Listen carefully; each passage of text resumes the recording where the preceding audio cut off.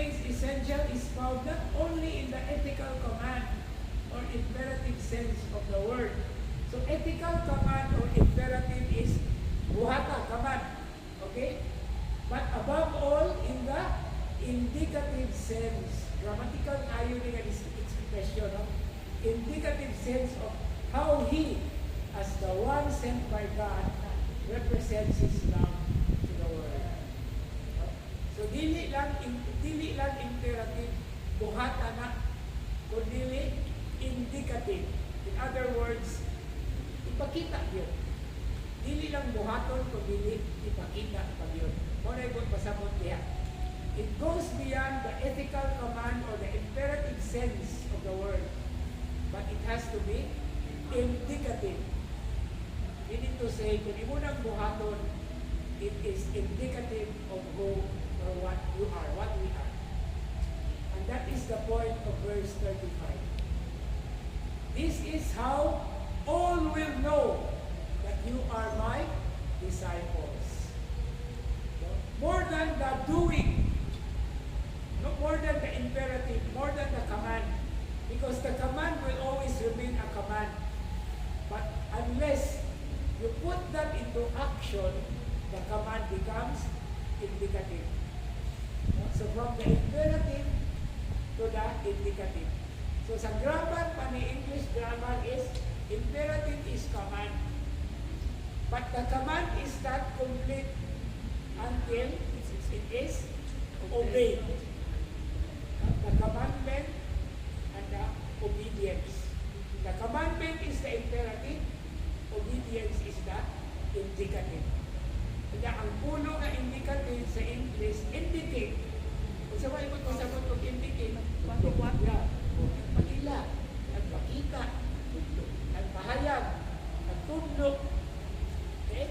So I think, dinihinig tumura, and this is actually the quality of the Gospel of John.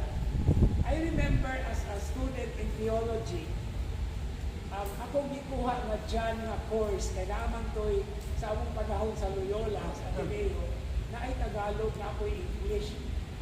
Kunya, sa English, yung ko, kaya hindi ako kasahalan ng Tagalog. So, diyan dito sa course ko, kaya ikuha kong Tagalog, it's Christology. Kaya iyahapan nito 40 na pare. Pero kaning John, sa among English nga course, kung ni kaayo sa sinugdanan, kaya nga naman, ang among professor, specialty niya ang John. Pero ang iyang treatment namo sa klase, paghimo may word analysis every meeting.